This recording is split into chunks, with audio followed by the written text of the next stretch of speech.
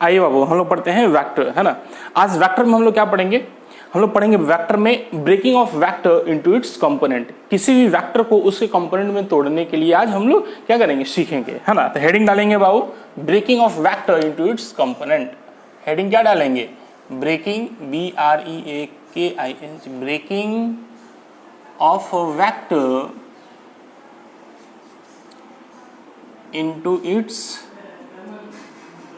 Component. किसी vector को उसके कंपोनेंट में क्या करना है, हमें ब्रेक करना है, दैट इज तोड़ना है ना। तो ये कैसे करेंगे तो उसको हम लोग एग्जांपल के थ्रू समझते हैं, है ना। एग्जांपल में जैसे देखो, एक क्वेश्चन आपको लेते हैं। जैसे मान लो कि कोई भी दो, एक वेक्टर है, ये मान लो कि ये कोई एक्सिस है ना, और ये एक वेक्टर है, ठीक है। ये O मान लो, ये A वेक्टर हो गया आपका, ठीक है। ये जो एक्सिस है ये मान लो OA, और दूसरा एक्सिस है ऐसे,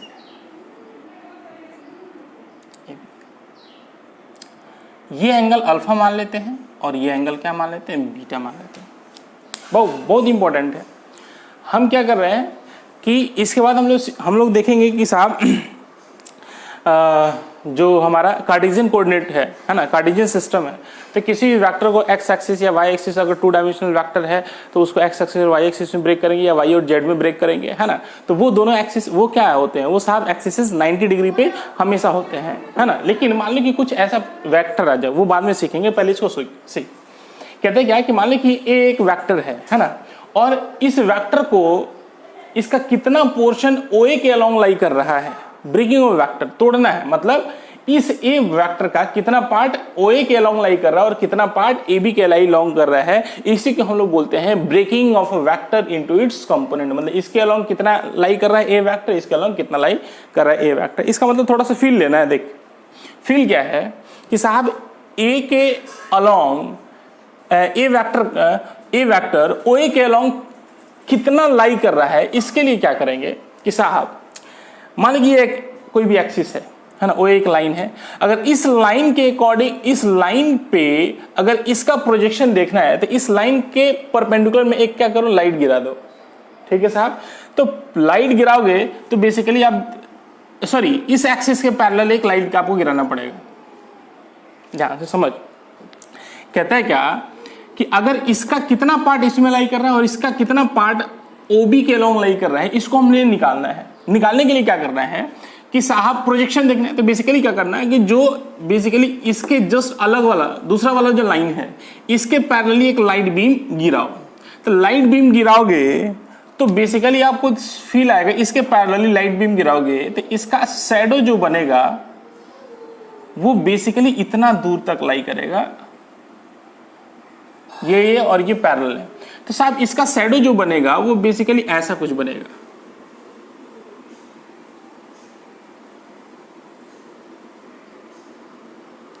बात समझ में आ गई साहब। हम लोग क्या सीख रहे हैं, breaking of vector into its component. तो कह रहे क्या कि इसके पैरेलल में आपको लाइट गिरानी है। अगर पैरेलली लाइट गिराते हो तो साहब इसका छाया मतलब शैडो क्या कुछ इतना ही लेंथ का बनेगा, एकदम हाँ एग्जैक्टली। और वैसे ही इसी A वेक्टर का कितना पार्ट इसके OB के अलोंग लाई कर रहा है, इसको निकालने के लिए क्या करना है आपको कि इसके पैरेलली लाइट आपको गिराना है। तो इसके पैरेलली अगर लाइट गिराओगे, तो इसके पैरेलली लाइट गिराइएगा साहब, तो कुछ ऐसा सिस्टम बनेगा। मतलब ये जो पार्ट आपको दिखाई देगा,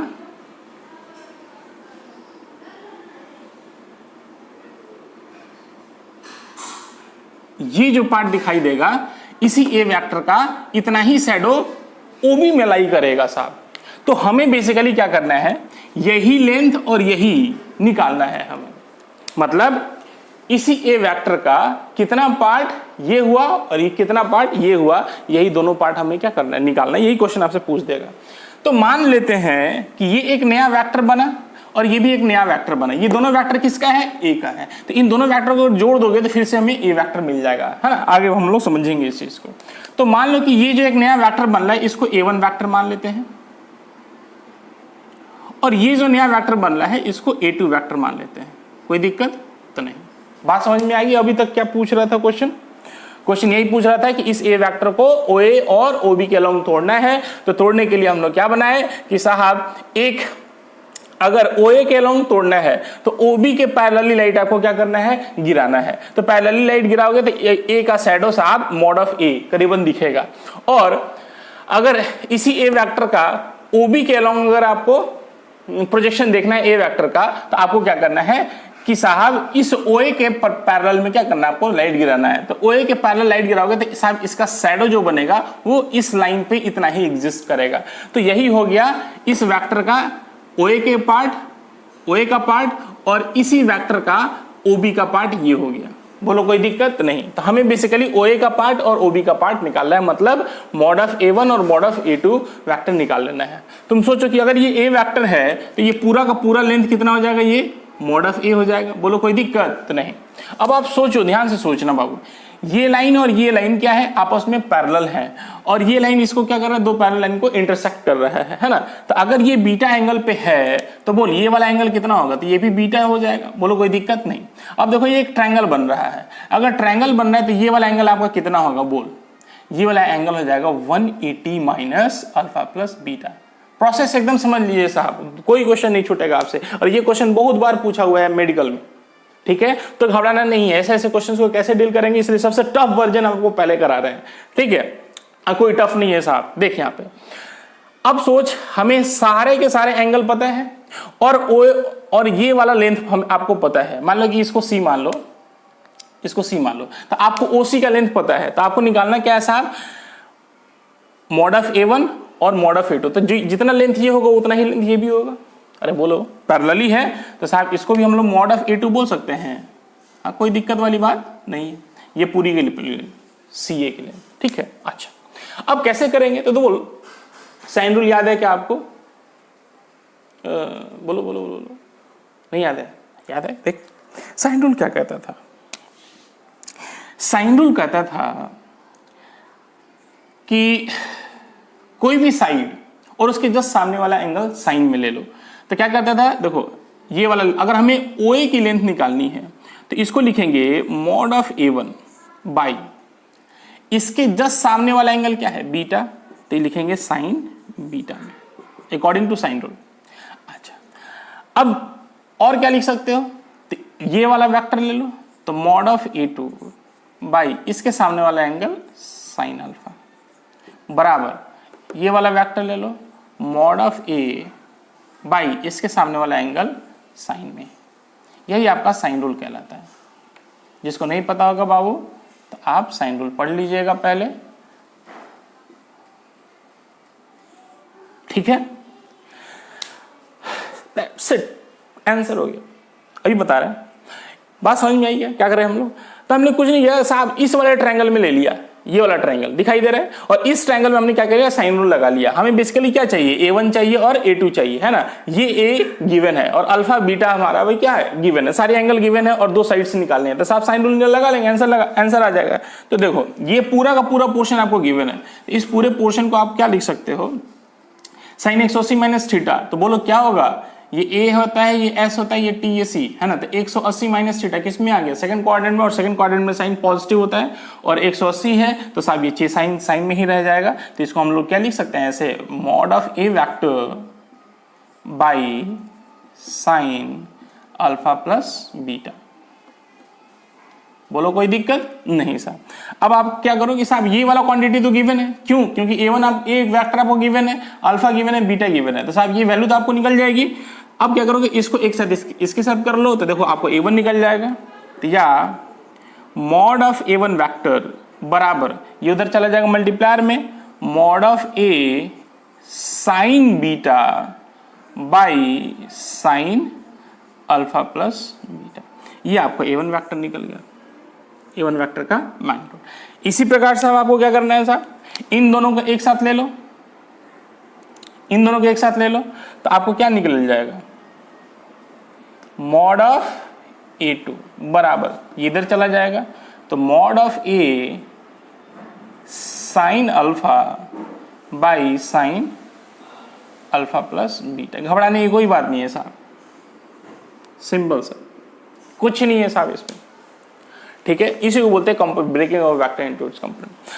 अब बेसिकली इसमें क्वेश्चंस कैसे आते हैं तो वो हम आपको दिखा रहे हैं। देखो एक क्वेश्चन आपको करा देते हैं, थोड़ा फील आ जाएगा। देखिए कैसे भी करके आपको बस कैसे भी करना है, आप कोई भी तरीका आप लगाओ, बस आपको यही निकालना है ना। आओ, और निकालने के लिए क्या है कि पैरेलल लाइन क्या कर दो, ड्रॉ कर दो, अपने आप आंसर आ जाएगा। देखो जैसे मान लो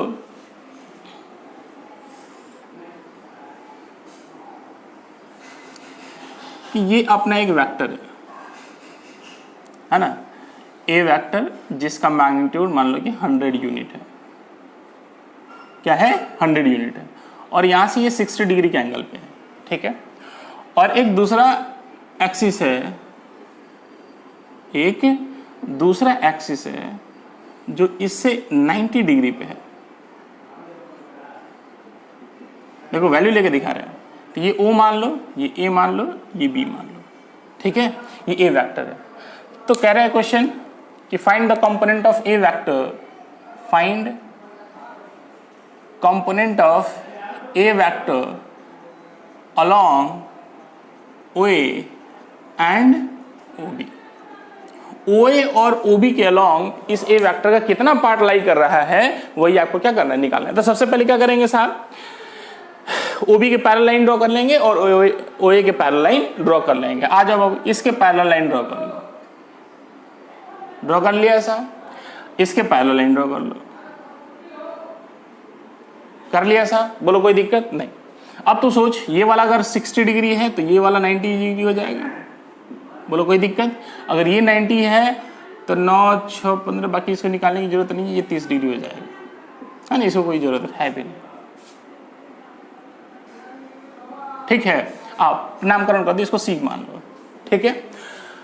अब तो ये तो बहुत बढ़िया हो गया साहब कि ये तो राइट एंगल ट्रायंगल ही हो गया। तो साहब कोई भी साइड से आप निकालना चाहो तो निकल जाओगे। मान लो कि साहब ये वाली लेंथ आपको इस ए वेक्टर का ये वाला लेंथ निकालना था, तो ये A1 मान लो, ठीक है, A1 वेक्टर का मैग्नीट्यूड। और ये वाला लेंथ निकालना था आपको, तो ये A2 वेक्टर का मैग्नीट्यूड आप निकाल लो। ये भी आपका क्या हो जाएगा, A2 वेक्टर का मैग्नीट्यूड, क्योंकि ये और ये क्या है, पैरेलल ही है। अब तो सोच क्या करोगे, आपको ये वाला पता है, तो ये वाला अगर थीटा मानते हो, इसको थीटा मानते हो, तो ये हो जाएगा आपको परपेंडिकुलर, ये हो जाएगा बेस, और ये हो जाएगा आपको हाइपोटेनस, है ना। तो आपको ये अगर निकालना है, पहले A1 निकालना है, तो बोलो क्या लगाएं, साइन थीटा या कॉस थीटा, है ना। तो साहब क्या होगा, ये कॉस थीटा आ जाएगा इसमें, तो चलो कॉस 60 डिग्री बराबर cos theta base upon hypotenuse. तो बेस कितना है 100 बाई हाइपोटेनस क्या हो जाएगा A1, या A1 बराबर कितना हो जाएगा 100 बाई कॉस 60 बराबर 100 बाई कॉस 60 की वैल्यू कितनी हो जाएगी साहब, हाफ, है ना। ये कितना आ जाएगा 50 यूनिट, बोलो कोई दिक्कत नहीं। अब ऐसे आपको A2 निकालना है, तो A2 के लिए क्या निकाल लोगे साहब, परपेंडिकुलर है और बेस है, तो tan लगा लो,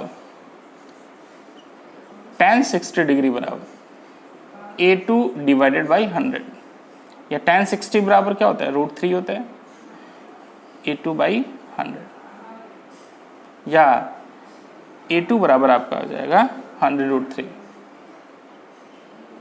यूनिट। जो भी यूनिट होगा वो अपना आंसर आ जाएगा। बोले कितना सिंपल है साहब, है ना। तो बेसिकली क्या है कि ये तो 90 हो गया, तो साहब बहुत आसानी से निकल गया। अगर 90 नहीं होता तो साहब ऐसे भी निकाल लेते, ऐसे निकाल लो, ऐसे निकाल लो, जैसे मर्जी वैसे निकाल लो साहब, सब सोल्यूशन आपके पास होगा। बोलो कोई दिक्कत तो नहीं। आ जाओ अब हम लोग पढ़ेंगे रेक्टेंगुलर कंपोनेंट में, है ना। हेडिंग डाल लो बाबू, breaking of vector into its rectangular component. Rectangular component मतलब एक्स वाई जेड के अलॉन्ग, है ना, मतलब एक्सिस क्या होंगे 90 डिग्री पे फिक्स्ड होंगे। रेक्टेंगुलर कंपोनेंट मतलब एक्सिस क्या होंगे साहब 90 डिग्री पे फिक्स्ड होंगे, मतलब x axis, y axis, z axis. तो अभी फिलहाल हम लोग पढ़ेंगे 2 डायमेंशनल वेक्टर, है ना। अब हम लोग पढ़ेंगे breaking of 2 dimensional vector. 2 dimensional को 2D लिख दे रहे हैं, 2 dimensional vector into its rectangular component, rectangular component, है ना। तो क्या पढ़ेंगे, हेडिंग डालो बाबू, breaking of two dimensional vector into its rectangular component. Two dimensional vector को उसके रेक्टेंगुलर कंपोनेंट में कैसे तोड़ेंगे? तो रेक्टेंगुलर कंपोनेंट मतलब समझ में आता है, बात बोल दिए बाबू कि साहब सारे एक्सिस होंगे वो किस पे फिक्स्ड होंगे साहब? 90 डिग्री पे फिक्स्ड होंगे। हर एक एक्सिस एक दूसरे के साथ किस पे होंगे? 90 डिग्री पे फिक्स्ड होंगे। जैसे कहते हैं क्या कि if a vector lies in XY plane, अगर कोई वेक्टर XY प्लेन में लाई कर रहा है तो देख बाबू यहां पे देख, मान लो कि इसको x एक्सिस मान लोगे, इसको आप y एक्सिस मान लो, और ये आपका कोई भी a वेक्टर है, ठीक है? तो इसका मैग्नीट्यूड कितना हो जाएगा? a हो जाएगा। और यहां से मान लो कि थीटा डिग्री के एंगल पे है ना? तो कह रहा है कि इसका कितना पार्ट x एक्सिस के अलोंग या किसका कितना पार्ट y एक्सिस के अलोंग लाई कर रहा है। तो इसके लिए क्या करेंगे? इसके पैरेलल लाइन ड्रॉ कर लेंगे इधर, और x एक्सिस के पैरेलल लाइन इधर ड्रॉ कर लेंगे। जो उसमें करा था सेम ऐसे ही करेंगे। बोलो कोई दिक्कत नहीं। तो यहां से यहां तक वाली जो एक वेक्टर मिलेगी, इसका एक वेक्टर इधर देखो है क्या कि एरो बाहर की ओर जा रहा है, तो इसका भी एरो बाहर की ओर जाएगा, इसका भी एरो बाहर की ओर जाएगा, ठीक है? तो आपको दो वेक्टर ऐसे ऐसे मिला, ठीक है? आपको यही दोनों वेक्टर निकालना है। बेसिकली यहां से यहां तक की हो जाएगा ए वेक्टर का x component, mod of A का x कंपोनेंट, और ये हो जाएगा मॉड ऑफ ए का y कंपोनेंट। बोलो कोई दिक्कत नहीं। मतलब इस ए वेक्टर का कितना पार्ट x एक्सिस में लाई कराते, एक लाइट गिरा दिए साहब, तो लाइट गिरा दिए तो एक शैडो यहीं से यहीं तक बनेगा, इसका मतलब x एक्सिस में इतना ही पार्ट लाई कर रहा है। इधर एक लाइट गिरा दोगे तो इस ए वेक्टर पे अगर लाइट गिराओगे तो y एक्सिस में इस ए वेक्टर का मात्र इतना ही कंपोनेंट लाई करेगा, तो इसी को बोल देंगे ए वेक्टर का x कंपोनेंट, और इसको बोलेंगे ए वेक्टर का y कंपोनेंट। और इन दोनों को फिर से जोड़ोगे तो आपको ए वेक्टर मिल जाएगा। तो जोड़ना बाद में हम लोग सीखेंगे, लेकिन फिलहाल के लिए भी तोड़ना सीख रहे हैं, है ना? चलो भाई, तो कहते हैं ax क्या होगा? ध्यान से देखिए यहाँ पे, इस वाले ट्रायंगल में ले लो, तो इस ट्रायंगल में ले लोगे तो क्या ले बोलो? cos थीटा ले लो। तो cos थीटा इज बेसिकली क्या होगा? cos theta base upon hypotenuse, तो बेस कितना होगा? मॉड ऑफ ए का x कंपोनेंट अपॉन हाइपोटेनस की वैल्यू कितनी हो जाएगी? मॉड ऑफ ए। बोलो कोई दिक्कत नहीं। तो हमें क्या चाहिए? मॉड ऑफ ए का x ही कंपोनेंट चाहिए था साहब, शाबाश। तो क्या हो जाएगा? Mod of A cos theta, simple. ये ए वेक्टर का x कंपोनेंट हो गया, इसको हम लोग बोलते हैं component of A vector along x axis. This is called component of A vector along X axis. इसका मतलब ए वेक्टर का कितना पार्ट एक्स एक्सिस में लाई कर रहा है, इसी को हम लोग बोलेंगे। बोलो कोई दिक्कत? उसको ax बोलेंगे, ax की वैल्यू कितनी हो जाएगी? Mod of A cos theta. Simple भी बताएंगे, है ना? ऐसे ही अब sin थीटा ले लो, तो sin थीटा इज बेसिकली क्या हो जाएगा? Perpendicular upon hypotenuse. तो ये ay है, तो इसकी भी वैल्यू क्या हो जाएगी? मॉड ऑफ ay ही हो जाएगा। बोलो कोई दिक्कत? यहां से यहां तक की, है ना? ये वाला ऐसे। अब क्या करेंगे? sin थीटा बराबर क्या हो जाएगा? sin theta is equals to perpendicular upon hypotenuse, तो मॉड ऑफ ए का y component by mod of A vector. बोलो कोई दिक्कत नहीं। तो मॉड ऑफ ए का y कंपोनेंट जो आपका आएगा, नहीं, मॉड ऑफ ए का y कंपोनेंट जो आपका आएगा तो वो कितना आ जाएगा? Mod of A sine theta. बोलो कोई दिक्कत नहीं। तो इसको बोलेंगे ए वाई को component of vector, component of A vector along y axis, ठीक है? तो साहब अगर कोई कह दे कि साहब x कंपोनेंट हमेशा cos थीटा में होता है और y कंपोनेंट हमेशा sin थीटा में होता है, तो ऐसा कहना गलत हो जाएगा, ठीक है? वो बेसिकली डिपेंड करता है कि ये एंगल किस एक्सिस के साथ सटा है, x के साथ सटा है या y के साथ सटा है। बोलो कोई दिक्कत नहीं। तो साहब अगर आपको समझना है कि किसमें cos थीटा है किसमें sin थीटा होगा, तो ध्यान से सोचो कि ये थीटा बेसिकली दोनों में मॉड ऑफ ए ही है। x कंपोनेंट यहाँ पे cos आ रहा है, y कंपोनेंट यहाँ पे sin आ रहा है, या किस में sin आया किस में cos आ गया, उसी के बारे में थोड़ा चर्चा करना है। आप यहाँ पे देखो कि जिस एक्सिस है, ये एक्सिस कौन सा? x एक्सिस के साथ ये वेक्टर थीटा एंगल बना रहा है। ये वेक्टर किस एक्सिस के साथ थीटा एंगल बना रहा है? तो x एक्सिस के साथ थीटा एंगल बना रहा है। तो कह रहे हैं कि जिस एक्सिस के साथ थीटा सटा हो, जिस एक्सिस के साथ ये वेक्टर सटा हो, मतलब थीटा जिसके साथ दिया होगा वो, तो जिसके साथ सटा हो कॉस में, हटा हो साइन में, मतलब जिसके साथ सटा हो, एक्स के साथ सटा है तो ये कंपोनेंट हमेशा कॉस में होगा, और जिसके साथ हटा हो, मतलब जिसके साथ थीटा नहीं दिखाया हो क्या हो, तो उसको हमेशा साइन में आएगा। सटा हो कॉस में, हटा हो साइन में, याद रखना बाबू इतना, बोलो कोई दिक्कत नहीं। तो यहाँ पे देखो x कॉस में है, ये y साइन में है। अब ऐसे ही आपसे पूछ देगा a वेक्टर का z कंपोनेंट कितना होगा, तो z कंपोनेंट होगा 0। क्यों साहब? क्योंकि देखो ये आपका z एक्सिस होता है, ये आपका क्या होता है, z एक्सिस होता है। तो z एक्सिस के अलोंग इस वेक्टर का कोई भी पार्ट लाई नहीं कर रहा है। अगर आप देखोगे तो इस वेक्टर और इस एक्सिस में कितना एंगल है, 90 डिग्री। तो ऐसे भी देख लो, ए का z कंपोनेंट अगर आप लिखोगे तो क्या लिखोगे, mod of A cos 90 degree, और कॉस 90 की वैल्यू कितनी हो जाएगी, 0 डिग्री हो जाएगी, 0 वैल्यू हो जाएगी, है ना। तो इसका मतलब क्या है, 0 होने का मतलब क्या है कि साहब इस ए वेक्टर का कोई भी पार्ट z एक्सिस में लाई नहीं कर रहा है। ये ए वेक्टर, ये अगर ऐसे रहता, सिंपली ऐसे रहता, देखो कैसे रहता, सिंपली अगर माने कि एक्स एक्सिस होता है, ये वाई एक्सिस होता है, ये एक्स एक्सिस होता है, ये अपना वाई एक्सिस होता है, और वेक्टर एक ऐसा लाई करता है। तो साहब इस वेक्टर का पूरा पार्ट एक्स एक्सिस में लाई कर रहा है, वाई एक्सिस में इसका कोई पार्ट लाई नहीं कर रहा है। तो इसमें बोलोगे ए वेक्टर का X component is basically equals to mod of A हो जाएगा। लेकिन ए वेक्टर का जो वाई कंपोनेंट अगर आप देखोगे, ए वेक्टर का क्या देखोगे, वाई कंपोनेंट, तो हम 0 लिखेंगे। ए वेक्टर का जेड कंपोनेंट भी लिखेंगे तो 0 लिखेंगे। तो सिर्फ और सिर्फ इसका एक ही कंपोनेंट आ रहा है और वो एक्स के अलोंग लाई कर रहा है, इसलिए ये हमारा वेक्टर जो होगा वन डायमेंशनल वेक्टर होगा। क्यों? क्योंकि इसका एक ही डायमेंशन है, मतलब सिर्फ और सिर्फ एक्स एक्सिस के अलोंग लाई कर रहा है। ये देखो, ये एक्स और वाई के बीच में लाई कर रहा है, मतलब एक्स वाई प्लेन में लाई कर रहा है। जब भी प्लेन में लाई करेगा तो उसका हमेशा 2 कंपोनेंट टूट जाएगा, है ना। और जब भी कोई वेक्टर स्पेस में लाई करेगा, स्पेस में लाई करने का मतलब यहाँ देख, ये प्लेन में लाई कर रहा था, स्पेस में लाई करने का मतलब देख यहाँ पे ये वेक्टर ऐसे जो है, तो यहां से क्या करे, थोड़ा सा ऐसे उठ जाए, बात फीलिंग आ रही है। अगर ऐसे उड़ जाए तो इसके पास एक्स वाई और जेड तीनों कंपोनेंट होंगे। क्या होंगे बाबू? तीनों कंपोनेंट। और जब तीनों कंपोनेंट होंगे तो कहेंगे साहब ये वेक्टर किस में लाई कर रहा है, स्पेस में लाई कर रहा है। तो हम लोग 3D वेक्टर बाद में पढ़ेंगे। तो ये आपका 2D वेक्टर है और ये आपका 1D वेक्टर है, इसमें कोई दिक्कत वाली बात नहीं है। आप इसको भी करना चाहो तो इसको हम अच्छे से करा देते हैं। पहले यहाँ पे देखो, ध्यान देखो,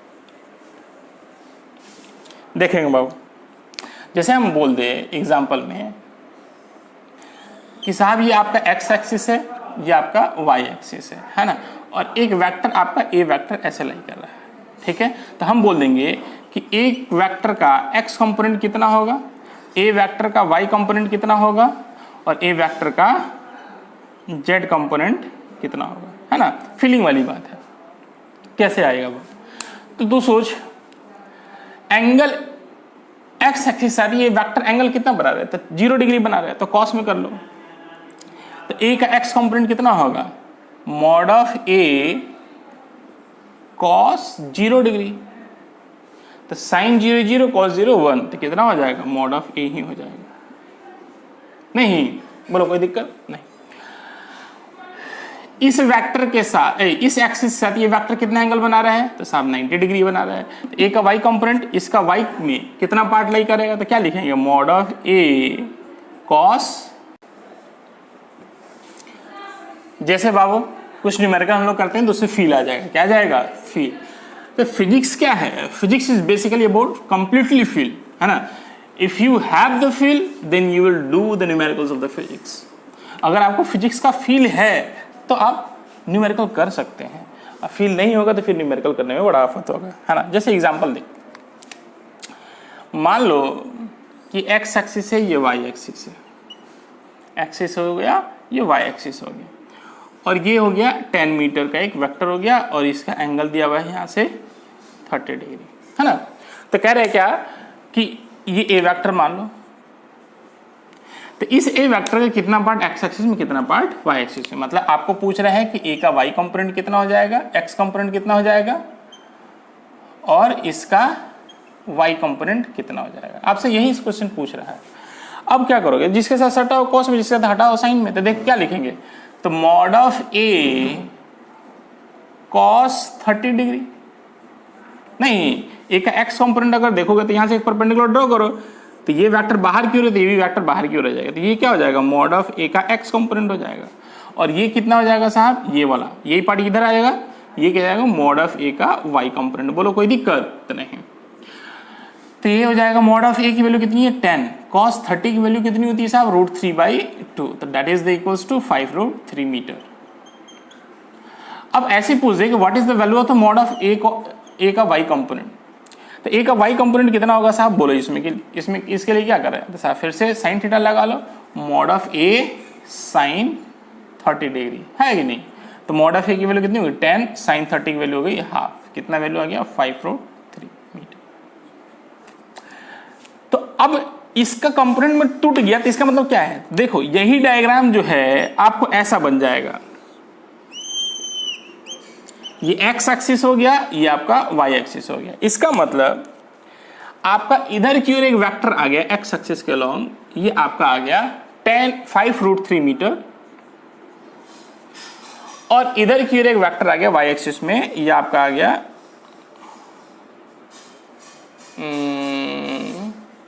सॉरी ये 5 ही आ गया ना, 5 मीटर, और इधर आ गया आपका 5 मीटर।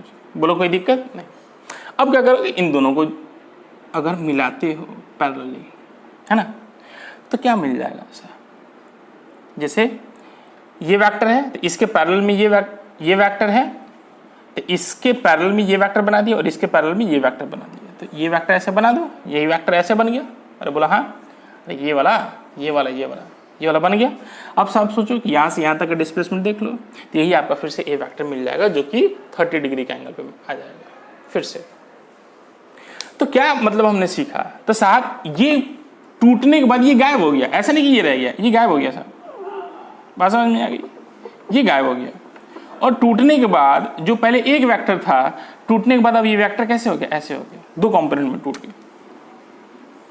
कितने कंपोनेंट में टूट गया बाबू, दो कंपोनेंट में टूट गया, एक अलोंग एक्स एक्सिस, एक अलोंग वाई एक्सिस। बोलो कोई दिक्कत तो नहीं साहब, ठीक है। आओ कुछ और क्वेश्चंस कर लेते हैं। जैसे मान लो कि ये एक्स एक्सिस है और ये आपका वाई एक्सिस है, ठीक है, और एक वेक्टर आपका अंदर की ओर जा रहा है, ठीक है, 30 डिग्री के एंगल पे। तो कह रहे हैं कि इसका एक्स कंपोनेंट और वाई कंपोनेंट बताओ क्या होगा, है ना, कैसे होगा ये। तो देख इस वाले में और इधर वाले में कुछ डिफरेंस है, तो हाँ डिफरेंस है। क्या कि साहब ये वेक्टर अंदर की ओर जा रहा है, जबकि ये वेक्टर ऑरिजिन से क्या जा रहा था, बाहर की ओर जा रहा था।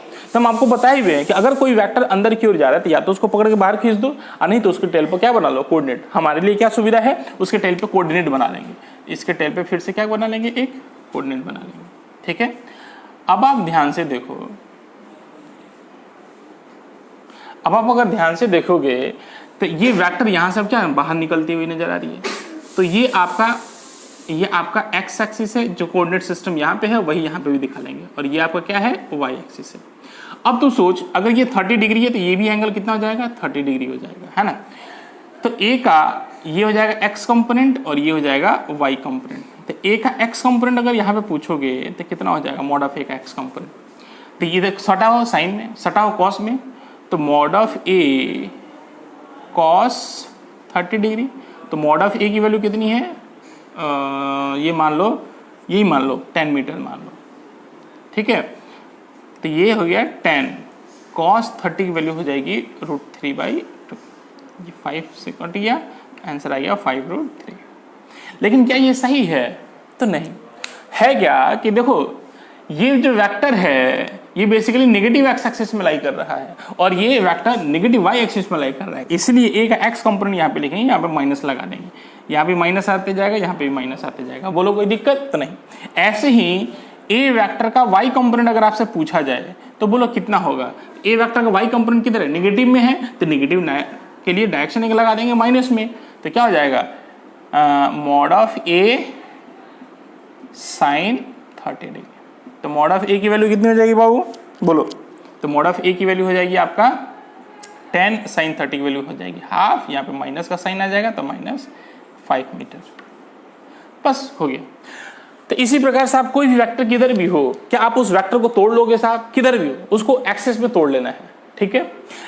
अब कोई सर कोई ऑरिजिन से ही पास करिए, कोई जरूरी है तो नहीं साहब, माने कि साहब ऐसे वेक्टर है, ये आपका एक्स एक्सिस है, ये आपका वाई एक्सिस है, कोई वेक्टर यहां से चला जाए बाबू, यहाँ से 30 डिग्री का एंगल बना ले। बोलो कोई दिक्कत तो नहीं साहब।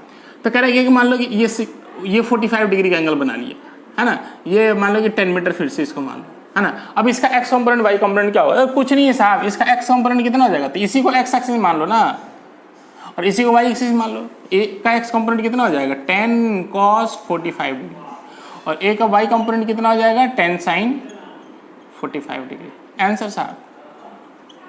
बोलो कोई दिक्कत? कोई दिक्कत नहीं। तो कैसे भी क्वेश्चन आए उसका एक्स कंपोनेंट वाई कंपोनेंट आपको निकालने आना चाहिए। बोलो क्लैरिटी है साहब? चलो आगे बढ़ लेंगे हम लोग। अब बेसिकली क्या है, ऐसी y axis y z plane में लाई करेगा तो कोई दिक्कत वाली बात नहीं है। इन सब का जेड कंपोनेंट क्या है? 0, क्योंकि हम लोग 2 डायमेंशनल पढ़ रहे हैं, है ना। ये वेक्टर किस में लाई कर रहे हैं? प्लेन में लाई कर रहे हैं। शाबाश। अब हम लोग सीख लिए कि किसी वेक्टर को कैसे कंपोनेंट में ब्रेक करते हैं, है ना। अब हम लोग क्या पढ़ेंगे?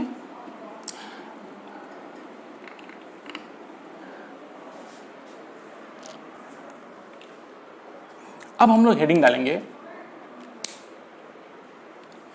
How to write a vector, how to, heading डालो बाबू, how to write a vector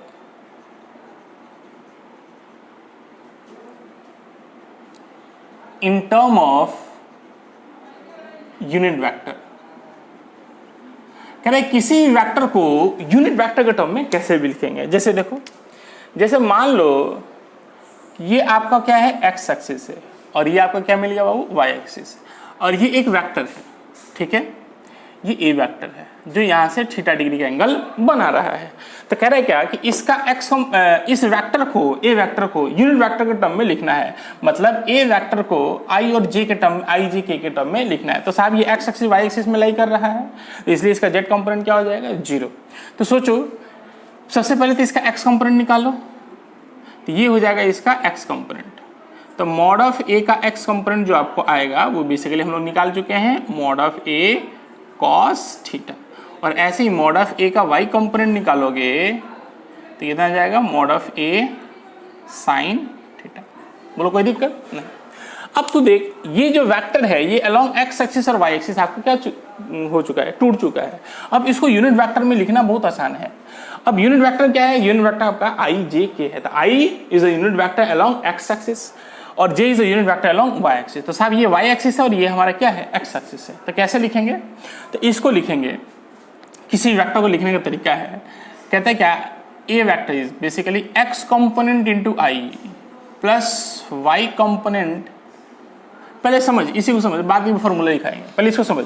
x axis में ये लाई कर रहा है तो क्या लिखेंगे? मॉड ऑफ ए का कॉस थीटा, और ये किधर लाई कर रहा है? पॉजिटिव एक्स एक्सिस, तो आई लगा देंगे, आई कैप। और ये y कंपोनेंट कितना है? Mod of A sine theta, तो प्लस का लगा देंगे। तो मॉड ऑफ ए का sine theta into J cap. तो साहब ये हमारा A vector, this is in the form of unit vector. बोलो कोई दिक्कत नहीं। तो किसी इस वेक्टर को हम यूनिट वेक्टर में तोड़ेंगे, लिखेंगे तो हम ऐसे लिख देंगे। इसका मतलब क्या समझे? तो साहब देखो, अगर किसी वेक्टर को अगर यूनिट वेक्टर में लिखना हो तो mod x component of the vector into I plus y component of the vector into j plus अगर मानी z component भी हो तो z component of the vector into k के। तो किसी भी वेक्टर को अगर यूनिट वेक्टर के टर्म में लिखना है तो साहब उसके x एक्सिस, y एक्सिस और z एक्सिस में उस वेक्टर का कितना पार्ट लाई कर रहा है उसको क्या करेंगे? ब्रेक कर लेंगे और आई जे के से दिखा लेंगे कि कितना पार्ट एक्स में लाई कर रहा है, कितना पार्ट वाई में लाई कर रहा है, कितना पार्ट जेड में लाई कर रहा है। तो साहब यही तो है आपका x component of the a vector, this is the y component of the a vector. तो किसी भी वेक्टर को यूनिट वेक्टर के टर्म में लिखना हो तो ऐसे लिख लेंगे। जैसे एग्जाम्पल के थ्रू समझ लेते हैं। जैसे मान लो कि ये एक वेक्टर है, ठीक है। ये आप मान लो एक्स एक्सिस मानते हो ऊपर और इधर पॉजिटिव एक्स वाई एक्सिस मानते हो। ये मान लो आपका 37 डिग्री का एंगल, ठीक है। और ये मान लो 10 यूनिट, है ना। तो कह रहे हैं क्या कि मान लो ये ए वेक्टर है। अब इस ए वेक्टर को यूनिट वेक्टर के टर्म में लिखना है। ए वेक्टर को यूनिट वेक्टर के टर्म में लिखना है। कैसे लिखेंगे? तो साहब इसका एक्स कंपोनेंट निकाल लेते हैं, पहले वाई कंपोनेंट निकाल लेते हैं। तो इसका एक्स कंपोनेंट कितना होगा? तो एक्स कंपोनेंट हो जाएगा सटा हो कॉस में, तो 10 कॉस 37 डिग्री, और इसी का वाई कंपोनेंट हो जाएगा 10 साइन 37 डिग्री। लेकिन आप ध्यान से देखो कि वाई कंपोनेंट क्या है इसका? नेगेटिव है ना, क्योंकि वाई कंपोनेंट ऐसे लाई करेगा, एक्स कंपोनेंट आपका ऐसा लाई करेगा। बोलो कोई दिक्कत तो नहीं, इसलिए यहाँ पे क्या लगा लेंगे? माइनस का साइन लगा लेंगे। अब ये cos 37 की वैल्यू पता है आपको? नहीं पता है तो यहाँ देखो, एक मैजिक ट्रायंगल होता है। क्या होता है साहब? Magic triangle. मैजिक ट्रायंगल का कॉन्सेप्ट, तो मैजिक ट्रायंगल बेसिकली कुछ नहीं है कि एक राइट एंगल ट्रायंगल है। ये क्या है बाबू? एक राइट एंगल ट्रायंगल है। अब देख, कहते हैं क्या है कि मैजिक ट्रायंगल में जो साइड्स होते हैं वो फिक्स्ड होते हैं। मैजिक ट्रायंगल में साइड्स होते हैं वो 3, 4 और 5 यूनिट होंगे। साइड्स कितने होते हैं? 3, 4 और 5, और एंगल आपके होंगे 37 डिग्री, 53 डिग्री और 90 डिग्री। ठीक है, ये याद रखना है आपको। ठीक है, मैजिक ट्रायंगल क्या होगा कि उसके साइड्स होंगे 3, 4 और 5 यूनिट में होंगे, और उनका एंगल होगा 37, 53 और 90 डिग्री। अब आप ध्यान से सोचो कि अगर ये ट्रायंगल बनाए हुए हैं तो साहब कौन 37 डिग्री का होगा, कौन 53 डिग्री का होगा, कौन 3 यूनिट का होगा, कौन 4 यूनिट का होगा, कौन 5 यूनिट का होगा? तो सबसे पहले आपको देखो यहाँ पे साइड्स देखो, तो जो सबसे बड़ा वाला साइड होगा वो हाइपोटेनस कहलाता है ना। तो ये सबसे बड़ा साइड क्या है? 5, तो हाइपोटेनस ये वाली हो जाएगी, ये वाली यूनिट कितनी हो जाएगी? 5 हो जाएगी। इसमें कोई दिक्कत तो नहीं। आओ 4 कितना होगा? तो साहब अगर इसको 4 मानते हो तो इसको क्या मानोगे? 3, क्योंकि ये साइड बड़ा है और ये छोटा है। अब एंगल कैसे डिस्ट्रीब्यूट करे साहब? इतना तो समझ में आ गया। अब एंगल कैसे डिस्ट्रीब्यूट करे? तो कहते हैं क्या कि एंगल जो सबसे बड़ा वाला साइड होता है उसका एंगल, उसके सामने वाला एंगल सबसे बड़ा होता है। सबसे बड़े वाले साइड का सबसे बड़े वाले साइड का एंगल जो होगा वो सबसे बड़ा होगा। इसका मतलब साहब ये वाला एंगल कितना होगा? सबसे बड़ा एंगल कितना है? 90, तो ये वाला एंगल ये होगा। ठीक है, ये तो खत्म हो गया। अब बचा 3, 4 और एंगल बच गया 37, 53। तो सोचो कह रहे क्या कि 3, 4 में बड़ा कौन है? 4 बड़ा है, तो इन दोनों में सबसे बड़ा एंगल कौन है? तो 53 डिग्री। तो 4 के सामने वाला एंगल क्या होगा? 53 डिग्री का होगा। तो ये साहब एंगल आपका हो जाएगा 53 डिग्री, और 3 छोटा साइड है तो इसके सामने वाला एंगल 37 डिग्री का हो जाएगा। बोलो कोई दिक्कत तो नहीं। अब तुम निकाल लो। यहाँ पे हम पूछे कि साइन 37 की वैल्यू कितनी हो जाएगी? ठीक है, तो साइन 37 3/5, बोलो निकल जाएगा आसानी से। कॉस 37 की वैल्यू कितनी हो जाएगी? तो 4/5, ये याद रखना है। tan 37 की वैल्यू कितनी हो जाएगी? 3/4। वैसे ही साइन 53 की वैल्यू कितनी हो जाएगी? ये वैल्यू याद रखना आपको। 53 डिग्री साइन 53 कितना हो जाएगा? 4/5। वैसे ही कॉस 53 डिग्री, कॉस 53 डिग्री की वैल्यू बोलो कितना होगा? ये भी इस थीटा के लिए ये भी इस हो जाएगा तो 3/5 हो जाएगा। ऐसे ही tan 53 डिग्री की वैल्यू कितनी हो जाएगी? तो tan 53 ये थीटा हो गया तो ये परपेंडिकुलर ये बेस हो गया तो 4/3। बात खत्म। ये सारी जो वैल्यू है क्या होगा ये आपको याद कर लेना है। ठीक है, तो ये वैल्यू देखो यहाँ पे 10 और cos 37 की वैल्यू यहाँ पे देखो कितना है? 4/5। तो कितना हो गया? 8 यूनिट। कोई दिक्कत नहीं। ये कितना हो जाएगा? तो -10 और साइन 37 की वैल्यू कितनी हो जाएगी? तो यहाँ साइन 37 की वैल्यू कितना है? 3/5। ये हो जाएगा -6 यूनिट। बोलो कोई दिक्कत वाली बात नहीं है सर। अब कहना क्या है कि आपको x कंपोनेंट पता चल गया, y कंपोनेंट पता चल गया। अब इस वेक्टर को किस में तो लिखना है साहब? यूनिट वेक्टर के टर्म में लिखना है। तो यूनिट वेक्टर में लिख लो a वेक्टर इज बेसिकली क्या होगा? x कंपोनेंट मतलब ax into I plus ay into J plus az into के। हम 3 डायमेंशनल भी यहीं पढ़ लो। एक x कंपोनेंट कितना है साहब? 8 इंटू आई प्लस y का कंपोनेंट कितना है? -6, तो -6 into J plus z component कितना है? 0 इंटू के। तो कितना हो जाएगा? 8i - 6j। ये आपका a वेक्टर हो जाएगा। बोलो इसी तरीके से आप किसी भी वेक्टर को तोड़ सकते हो? तो हाँ तोड़ सकते हैं। बोलो कोई दिक्कत तो नहीं है ना। आगे बढ़े, शाबाश। उसको याद रखना है मैजिक ट्रायंगल को। अब कहते हैं क्या, एक और करा दूं इस पे? क्या करोगे आप? सिंपल सा चीज। अब कहते हैं क्या कि हमें किसी वेक्टर को तोड़ना, कोई भी वेक्टर है उसको उसके कंपोनेंट में तोड़ने हमें आता है, शाबाश। अब कह रहे हैं क्या कि कोई भी वेक्टर है उसको यूनिट वेक्टर के टर्म में लिखने हमें आता है। अब कहते हैं क्या कि यहां ध्यान से देखो कि अगर कोई भी वेक्टर है, अब हम लोग क्या पढ़ेंगे कि अगर कोई भी वेक्टर है जो यूनिट वेक्टर के टर्म में दिया हुआ हो तो उसका मैग्नीट्यूड कैसे निकालेंगे और उसका डायरेक्शन कैसे निकालेंगे, ये हम लोग फाइंड आउट करेंगे। तो हेडिंग डालेंगे how to write the magnitude, how to write magnitude and direction of a vector. किसी भी वेक्टर का मैग्नीट्यूड और डायरेक्शन कैसे निकालें अगर कोई वेक्टर यूनिट वेक्टर टर्म में गिवन हो। जैसे मान लो कि ए वेक्टर दे रहे हैं, A vector is basically, light चला दो,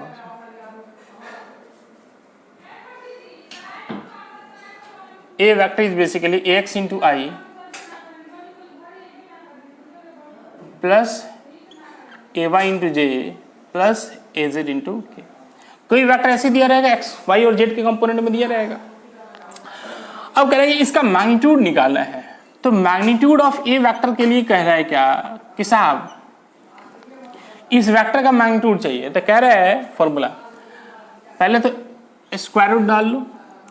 कह रहे हैं क्या कि x कंपोनेंट इंटू आई का whole square plus y component का whole square plus simple z component का होल स्क्वायर। मतलब क्या कर रहा है कि अगर किसी वेक्टर अगर यूनिट वेक्टर के टर्म में लिखा हुआ हो और उसका अगर मैग्नीट्यूड निकालना है तो मैग्नीट्यूड निकालने का तरीका क्या है कि x कंपोनेंट का स्क्वायर प्लस y कंपोनेंट का स्क्वायर प्लस z कंपोनेंट का स्क्वायर कर लो, साहब आंसर आ जाएगा। मतलब ऐसे x कंपोनेंट क्या है यहाँ पे ax का स्क्वायर प्लस ay का, अगर वेक्टर के टर्म में अच्छे से लिखना चाहो तो ऐसे लिख लो, मॉड ऑफ ax का square plus mod of ay का square plus mod of az का स्क्वायर। नहीं तो ये आपका ऐसे मैग्नीट्यूड आ जाएगा। बोलो कोई दिक्कत नहीं। डायरेक्शन के लिए हम लोग बाद में बात करते हैं, पहले फिलहाल देख लेते हैं। अगर कोई एग्जांपल ले लेते हैं, जैसे मान लो एग्जांपल में ले लेते हैं, मान लो कि x एक्सिस पे और ये ऐसे छोड़ो ना, क्या तोड़ना है। मान लो कि a वेक्टर है is equals to 3x minus 4 sorry 3i minus 4j, ऐसे वेक्टर दिया हुआ है, ठीक है। अब कह रहे हैं इसका मैग्नीट्यूड क्या होगा, बहुत बढ़िया मैग्नीट्यूड ले, मॉड ऑफ a बराबर under root x component into I का whole square plus x component का whole square plus y component का होल स्क्वायर अब प्लस z कंपोनेंट का होल स्क्वायर। बोलो करेंगे नहीं करेंगे, यहाँ पे z कंपोनेंट 0 है, लिख देंगे प्लस 0 इंटू जेड 0 इंटू के। बोलो हाँ के ना, कर लेंगे। तो ये कितना हो जाएगा, अंडर रूट 3 का स्क्वायर 9 प्लस 16 तो 16 9 25 under root 25 that will be 5 answer. Simple सा है कि अगर कोई वेक्टर यूनिट वेक्टर के टर्म में दिया हो तो उसका मैग्नीट्यूड निकालने का तरीका क्या है, x कंपोनेंट का स्क्वायर प्लस y कंपोनेंट का स्क्वायर प्लस z कंपोनेंट का स्क्वायर कर लो, आंसर आपका आ जाएगा। इसमें कोई दो मत की बात नहीं है। अब बात आती है कि आप साहब डायरेक्शन कैसे लिखें। बात क्या आती है साहब, डायरेक्शन कैसे लिखें। तो लिखेंगे for the direction of a vector, हम लोग क्या लिखेंगे बाबू, for the direction of a vector, for direction of a vector. किसी वेक्टर का डायरेक्शन कैसे लिखेंगे, तो कहते हैं कि देखो डायरेक्शन के लिए क्या करना है कि आपको सबसे पहले उस वेक्टर डायग्राम बनाना पड़ेगा। उस वेक्टर का क्या बनाना पड़ेगा, वो डायग्राम बनाना पड़ेगा। डायग्राम बनाने के बाद ही आप एंगल दिखा सकते हो, नहीं तो साहब अमूमन 90% केसेस में आपको गलती हो जाएगी।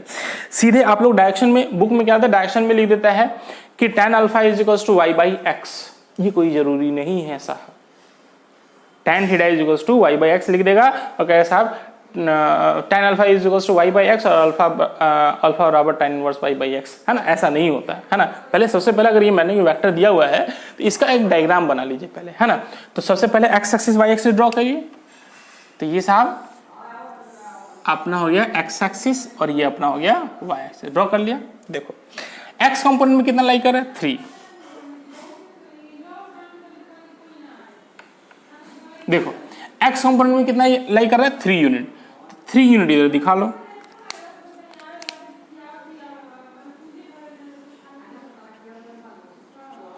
वाई एक्सिस में कितना दिखा रहा है -4, मतलब नेगेटिव वाई एक्सिस में 4 जाना है, तो नेगेटिव वाई एक्सिस में चले जाओ। इससे बड़ा बना लेंगे क्योंकि ये 4 है, अब यहाँ पे डायरेक्शन दिखा चुके इसलिए 4 लिखेंगे। अब क्या कर रहा है कि पैरेललोग्राम बना लो, है ना। तो साहब ये आपका हो गया 4 और ये आपका 3 हो गया। तो ट्रायंगल लो क्या होता है, अब ऐसे ऐसे कर लो, तो आप ट्रायंगल लो क्या होगा यहाँ से यहाँ तक, ये क्या होगा आपका रिजल्टेंट वेक्टर, है ना। तो ये आपका मिल जाएगा ए वेक्टर। बोलो कोई दिक्कत नहीं। ए वेक्टर के जैसे यहाँ पे मैग्नीट्यूड निकाले ना 5, देखो 5 निकल भी जाएगा। अब तुम सोचिए ये 3 है और ये कितना है 4, तो ये कितना हो जाएगा 5, बोलो कोई दिक्कत नहीं। अब बात आती है साहब एंगल। तो एंगल के लिए दिखाओगे आप पॉजिटिव एक्स एक्सिस से ही हम लोग एंगल निकालते हैं, मतलब जनरली एक्स एक्सिस से एंगल निकालते हैं।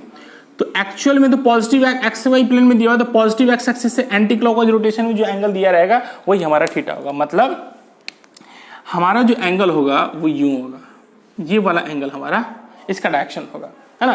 क्योंकि हम लोग क्या पॉजिटिव एक्स एक्सिस से एंटी क्लॉकवाइज पढ़े हैं कभी, पॉजिटिव एक्स एक्सिस से एंटी क्लॉकवाइज रोटेशन में जो एंगल मेजर किया जाएगा वही हमारा क्या होगा एंगल होगा, ठीक है।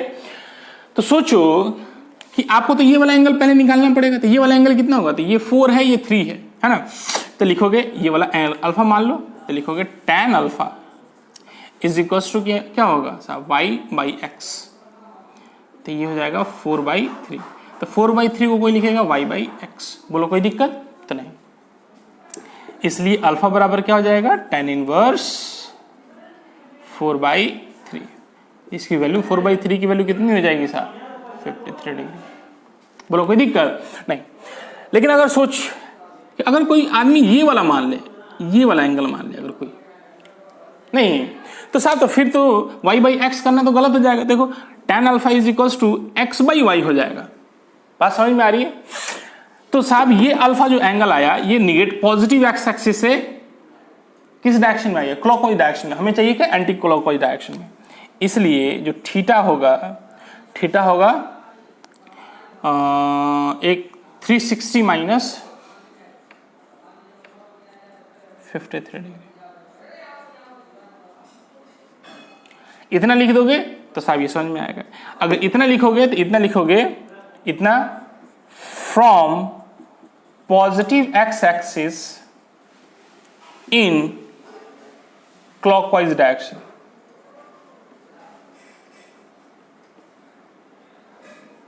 क्योंकि वेक्टर क्या है साहब, हम आपको पहले ही बता चुके हैं, वेक्टर क्या है एक्सवाई प्लेन में लाई कर रहा है।